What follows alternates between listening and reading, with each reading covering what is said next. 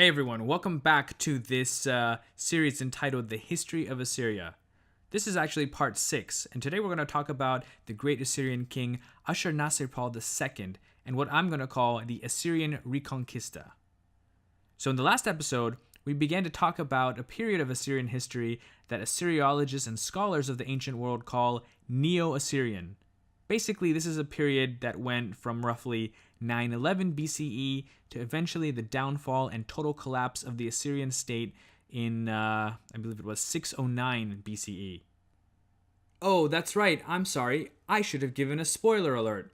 Yes, the Assyrian Empire does fall. I mean, this is something that really happens to every major empire that we've ever known in history, so it's no surprise there. But in between the time that we're going to be talking about starting now up until that end, a lot of really interesting stuff happened.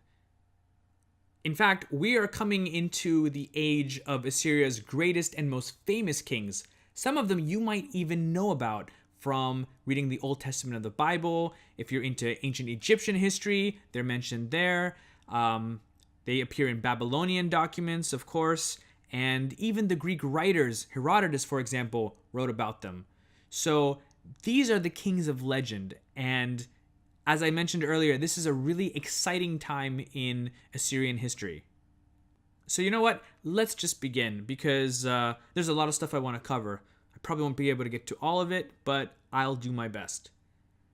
So from the year 911 BCE on upwards, Assyrian rulers transformed themselves from kings of regionally significant, but no longer geographically vast states, into that of emperors overseeing the mightiest empire that the ancient world had ever seen up until that time. Now, if you've been following this series, The History of Assyria, up until this point, you know that in the past, the Assyrians had conquered and held onto territories that, starting with their homeland in northern Mesopotamia, what is today essentially northern Iraq, basically stretched in all directions and covered areas such as Babylonia in the south, Cappadocia and Anatolia to the northeast, and even stretched all the way to the Mediterranean in the west. While basically a huge accomplishment by any standard, the problem was that in the end, the Assyrians were never able to hold on to their conquered territories for extended periods of time. For example, you'd have a strong and capable Assyrian king go out on a tour of conquest throughout the region and come back with a fairly vast empire. That empire, though, would start to fall apart after the ruler died, which could have been for many reasons, but usually was because the king's successors lacked the former's charisma and were not as adept in managing such an expansive domain.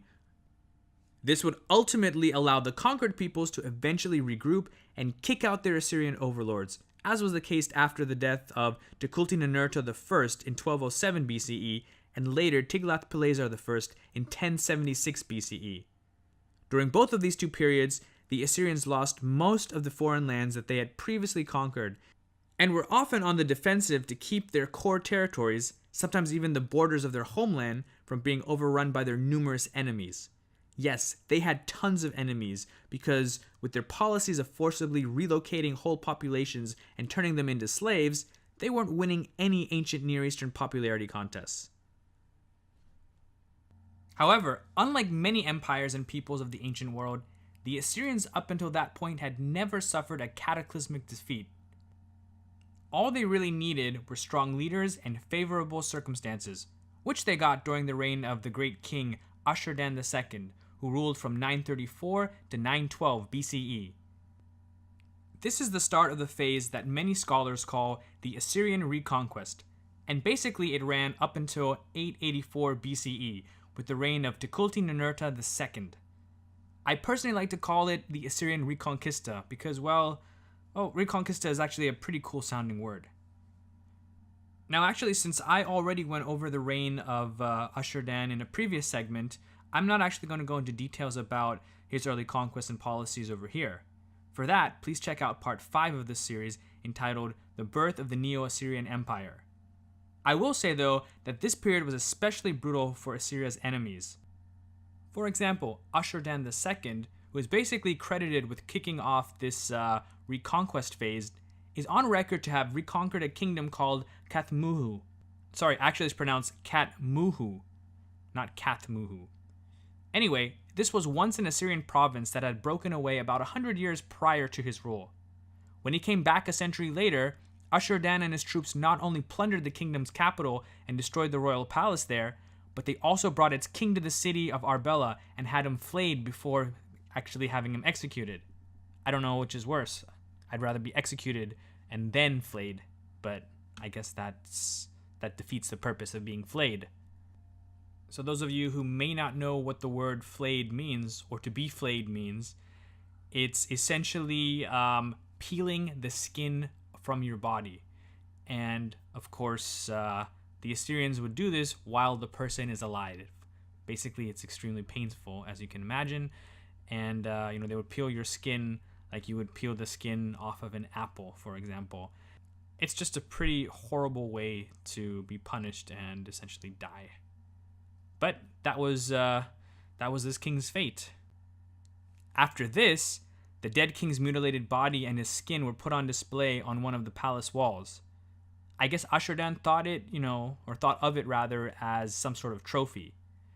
There were actually more measured and even some merciful treatments of certain rulers and populations, but these were probably done more out of what would have been deemed pragmatic at the time. After all, what good is acquiring more land if you don't have people to work on it and make it productive? This is just good policy for any empire, because it actually benefits everyone as a whole. But make no doubt though, if you crossed or rebelled against the Assyrian authorities, there were dire consequences, which the Assyrian king would make sure to dish out. Ashur-dan II's successors, namely Adad-nirari II and Tukulti-Ninurta II, also followed the same path to keep the new reborn empire together. For the rest of this program, I'm going to cover the second phase of this reconquest, which includes the reigns of Ashurnasirpal I that's Ashurnasirpal II from 883 to 859 BCE, and Shalmanesar III, who ruled a long span from 858 to 824 BCE. Actually, you know what? I think I'll talk about Shalmanesar III in another program because his life is actually really extraordinary and he deserves his own episode. So let's right now focus on Ashurnasirpal II. So Ashurnasirpal II was the son of the Assyrian king Tukulti-Ninurta II. Ashurnasirpal is known as being the king who brought Assyria to new heights of power that past kings had never breached. Ruling from the years 883 to 859 BCE, Ashurnasirpal was constantly waging war, like it was going out of style. Now, the records that Ashurnasirpal left behind recount 14 major campaigns prior to the year 866 BCE, which included several to the north in Anatolia and also in the Zagros Mountains. Specifically, one of these campaigns was in a place called Zamua, that's the one in the Zagros Mountains in the east, and there was another one towards the north against the Nari and the kingdom of Urartu. Now, he also fought with Neo-Hittite and various Aramaean tribes as well. Like his forebears, Ashurnasirpal II took no chances and showed little mercy towards his enemies. His own inscriptions show him to have been extremely brutal.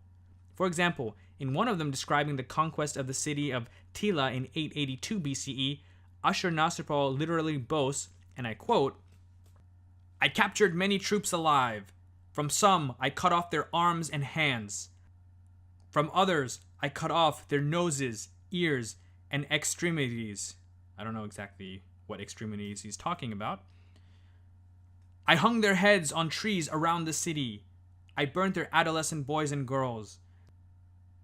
I razed, destroyed, burnt, and consumed the city." End of quote.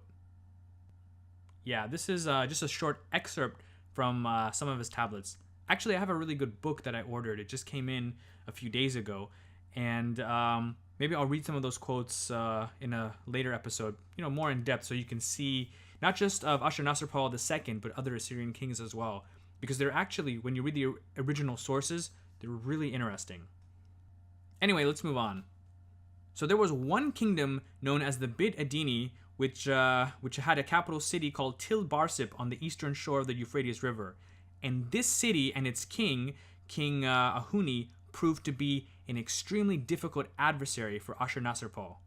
In fact, Ashurnasirpal, he fought them, and though technically he claims victory, it wasn't really a claim. It wasn't really a great victory, because in the end, probably to cut his losses, King Ahuni actually made a proposal to Ashurnasirpal, whereas he would remain in power but become the king's vassal, or become Assyria's vassal.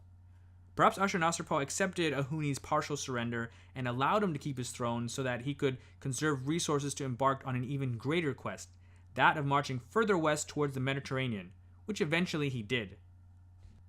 In fact, Ashurnasirpal II was the first Assyrian king since Tiglath-Pileser I to make his way to the Mediterranean and collect tribute from the many but small wealthy kingdoms that lined its shores, or at least were in its vicinity.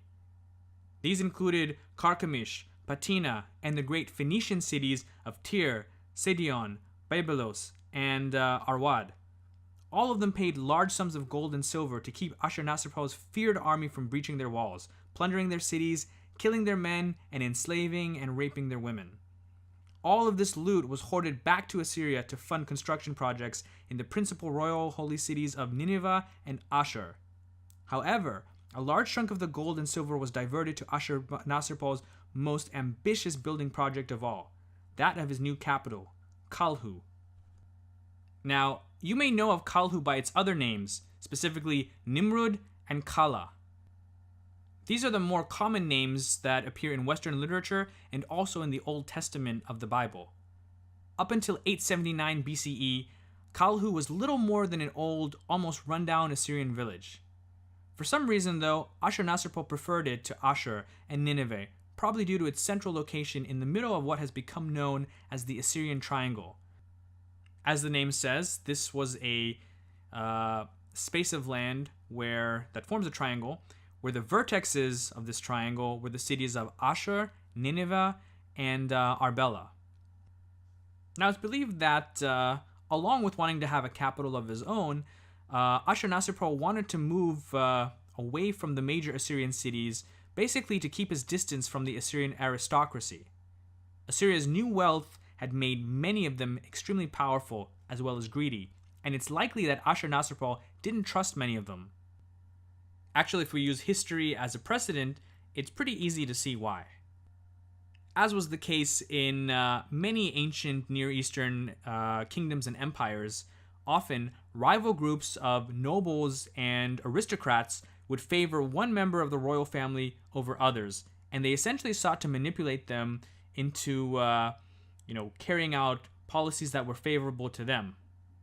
Often what would happen is a group of these nobles would sort of coalesce together, support one candidate or one member of the royal family to depose or even assassinate the current ruling monarch. Now, Ashurnasirpal, as powerful as he was, had many enemies. Perhaps it was for this reason that he chose a eunuch, of all people, to oversee or become his governor of Kalhu. Now, this was a really big break with tradition, because usually governors would come from the ranks of other aristocratic families. This particular eunuch, though, didn't have any special lineage. In fact, in a sense, he was kind of a nobody, and perhaps this is what Ashurnasirpal wanted. They say it's lonely at the top, and this is probably an example of it, that of all the people around that surrounded Ashurnasirpal at court, he couldn't trust any of them, so he chose one of his eunuchs to be the governor of his grand new capital. He built lavish palaces at Kalhu, all with the slaves that he had acquired from his numerous campaigns to the north, east, and west. Kalhu would go on to be the royal residence for several Assyrian kings, and was famous during its day for its large citadel and the colossal winged bulls that guarded the entrance to the king's main palace. Of course, what good is such a grandiose palace if you can't show it off? Thus, in 864 BCE, Ashurnasirpal II celebrated the completion of both his palace and his new capital of Kalhu with an extremely lavish 10-day party. Think of it like a royal wedding or the coronation of a president of, say, the United States of America. Those are really, really big events. Now, this actually was times 10, literally, because this was a 10-day party. According to one of his inscriptions, there were exactly 69,574 guests, of which 5,000 were foreign dignitaries, 6,000 citizens of Kalhu, and the rest being Assyrians from all over the empire. Not only this, but there were also 10,000 pigeons in attendance, along with 10,000 jugs of beer and 10,000 cups of wine. So yeah, it was a pretty big deal. Then again, so was Ashurnasirpal II. After all, he had brought Assyria to its height in terms of wealth and territorial expansion, so there was much to celebrate. Despite Kalhu being the empire's new capital, cities such as Ashur were the real heart of the Assyrian nation. Assyrian kings, including Ashurnasirpal II, would stay here during the spring season for several weeks to participate in the mandatory religious festivals that were required of their position. So I'm basically going to stop over here because I think the next Assyrian king, Shalmanesar III, deserves his own video. I mean, he's actually one of the more famous kings of the Neo-Assyrian Empire, and I want to actually discuss him at length. I think that what I will do is create another video with some of Ashurnasirpal II's inscriptions, just so you can see what he thought of himself. They're really, really interesting.